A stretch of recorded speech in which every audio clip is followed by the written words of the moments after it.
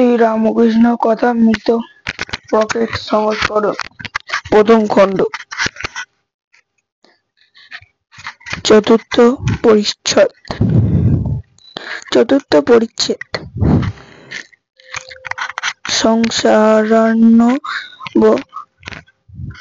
সংসারার্ণব ঘোরে য কর্ণধার স্বরূপক নমস্ত রামকৃষ্ণায় তস্মৈ শ্রী গুরুবে নমঃ।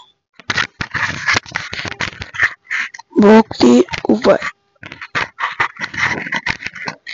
মাস্টার বিনীতভাবে, ঈশ্বরের কি করে মনে হয়? শ্রীরামকৃষ্ণ: ঈশ্বরের নাম গুণগান সর্বদা করতে হয়, আর সৎসঙ্গ, ঈশ্বরের ভক্ত বা সাধু এদের কাছে মাঝে মাঝে যেতে হয়। সংসারে ভিতর ও বিষয় কাজের ভিতর রাত দিন থাকলে ঈশ্বরের মন হয় না। মাঝে মাঝে নির্জনে গিয়ে তার চিন্তা করা বড় দরকার। প্রথম অবস্থায় মাঝে মাঝে নির্জন না হলে ঈশ্বরের মন রাখা বড়ই কঠিন। যখন চারা গাছ থাকে তখন তার চারিদিকে বেড়া দিতে হয়। বেড়া না দিলে ছাগল গরুতে খেয়ে ফেলে। ধ্যান করবে মনে, কোণে ও বনে, আর সর্বদা সদসৎ বিচার করবে ঈশ্বরই সৎ কিনা নিত্য বস্তু, আর সব অসৎ কিনা অনিত্য। এই বিচার করতে করতে অনিত্য বস্ত্র মন থেকে ত্যাগ করবে। মাস্টার বিনীতভাবে, সংসারে কিরকম করে থাকতে হবে? গৃহস্থ সন্ন্যাস, উপায় নির্জনে সাধন। শ্রীরামকৃষ্ণ: সব কাজ করবে কিন্তু ঈশ্বরেতে রাখবে। স্ত্রী, পুত্র, বাপ মা সকলকে নিয়ে থাকবে ও সেবা করবে যেন কত আপনার লোক, কিন্তু মনে জানবে যে তারা তোমার কেউ নয়, বড় মানুষের বাড়ির দাসী সব কাজ করছে, কিন্তু সে নিজের বাড়ির দিকে মন পড়ে আছে। আবার সে মনিবের ছেলে আপনার ছেলের মতো মানুষ করে, বলে আমার রাম আমার হরি, কিন্তু মনে বেশ জানে এরা আমার কেউ নয়। কচ্ছপ জলে চড়ে বেড়ায়, কিন্তু তার মন কোথায় পড়ে আছে জানে? আড়ায়ে পড়ে আছে, যেখানে তার ডিমগুলি আছে। সংসারে সব কর্ম করবে কিন্তু ঈশ্বরে মন ফেলে রাখবে। ঈশ্বরে ভক্তি লাভ না করে যদি সংসার করতে যাও তাহলে আরো জড়িয়ে পড়বে বিপদ, শোক, তাপ, এসবে অধৈর্য হয়ে যাবে, আর যত বিষয় চিন্তা করবে ততই আসক্তি বাড়বে। তেল হাতে মেখে তবে কাঁঠাল ভাঙতে হয়, তা না হলে হাতে আঠা জড়িয়ে যায়। ঈশ্বরের ভক্তিরূপ তেল লাভ করে তবেই সংসারের কাজে হাত দিতে হয়, কিন্তু এই ভক্তি লাভ করতে হলে নির্জন হওয়া চাই। মাখন তুলতে গেলে নির্জনে দই পাততে হয়। দইকে নাড়ানাড়ি করলে দই বসে না, তারপর নির্জনে বসে। সব কাজকর্ম ফেলে দই মন্থন করতে হয়, তবে মাখন তোলা যায়। আবার দেখো, এই মন নির্জনে ঈশ্বর চিন্তা করলে জ্ঞান, বৈরাগ্য, ভক্তি লাভ হয়, কিন্তু সংসারে ফেলে রাখলে ওই মন নীচ হয়ে যায়। সংসারে কেবল কামিনী কাঞ্চন চিন্তা।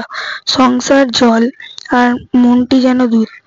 যদি জলে ফেলে রাখো তাহলে দুধে জল মিশে এক হয়ে যায়, খাঁটি দুধ খুঁজে পাওয়া যায় না।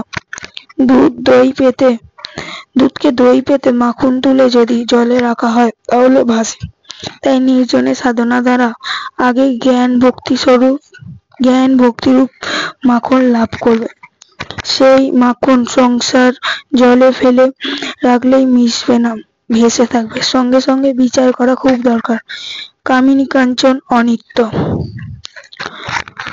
ঈশ্বর একমাত্র বস্ত্র। টাকায় কি?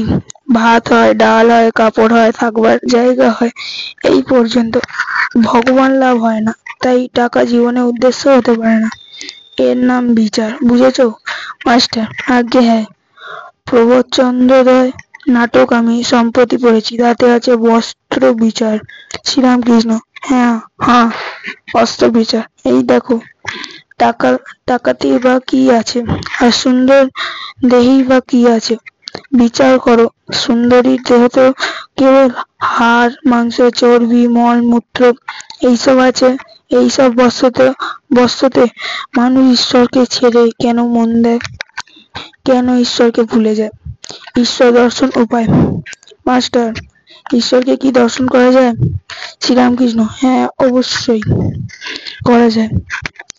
মাঝে মাঝে নির্জনে বাস, তার নাম গুণাগুণ বস্ত্র বিচার, এইসব উপায় অবলম্বন করতে হয়। মাস্টার, কি অবস্থাতে তাকে দর্শন করা হয়? শ্রীরামকৃষ্ণ: খুব ব্যাকুল হয়ে কাঁদলে তাকে দেখা যায়। মা গো, ছাগলের জন্য লোকে এক ঘটি কাঁদে, টাকার জন্য লোকে কেঁদে ভাসিয়ে দেয়, কিন্তু ঈশ্বরের জন্য কে কাঁদছে? ডাক্তার মতো ডাকতে হয়। এই বলিয়া ঠাকুর গান ধরিলেন: ডাক দেখি মন ডাকার মতো, কেমন শ্যামা থাকতে পারে, কেমন শ্যামা থাকতে পারে, কেমন কালী থাকতে পারে। ব্যাকুলতা হলেই অরুণ উদয় হলো, তারপর সূর্য দেখা দিলেন। ব্যাকুলতা পরে ঈশ্বর দর্শন। তিন প্রাণ একত্র হলে তবে তিনি দেখা দেন। ঋষরায় বিষয়ের উপর, মায়ের সন্তানের উপর, আর সতীর পতির উপর টান। এই তিন টান যদি কারো একসঙ্গে হয়, সেই টানের জোরে ঈশ্বরকে লাভ করতে পারে। কথাটা এই, ঈশ্বরকে ভালোবাসতে হবে।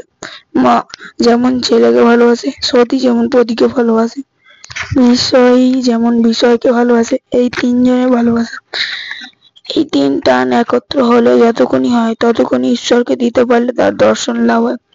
ব্যাকুল হয়ে তাকে ডাকা চাই। ঋষরায় ছানা কেবল মিউ মিউ করে মাকে ডাকে, বিড়ালের ছানা কেবল মিউ মিউ করে মাকে ডাকে। মা তাকে যেখানে যেখানে রাখে সেখানেই থাকে। কেবল হেসেলে কখন মাটির উপর, কখন বা বিছানার উপর রেখে দেয়। তার কষ্ট হলে সে কেবল মিউ মিউ করে ডাকে, আর কেউ কিছু জানে না। মা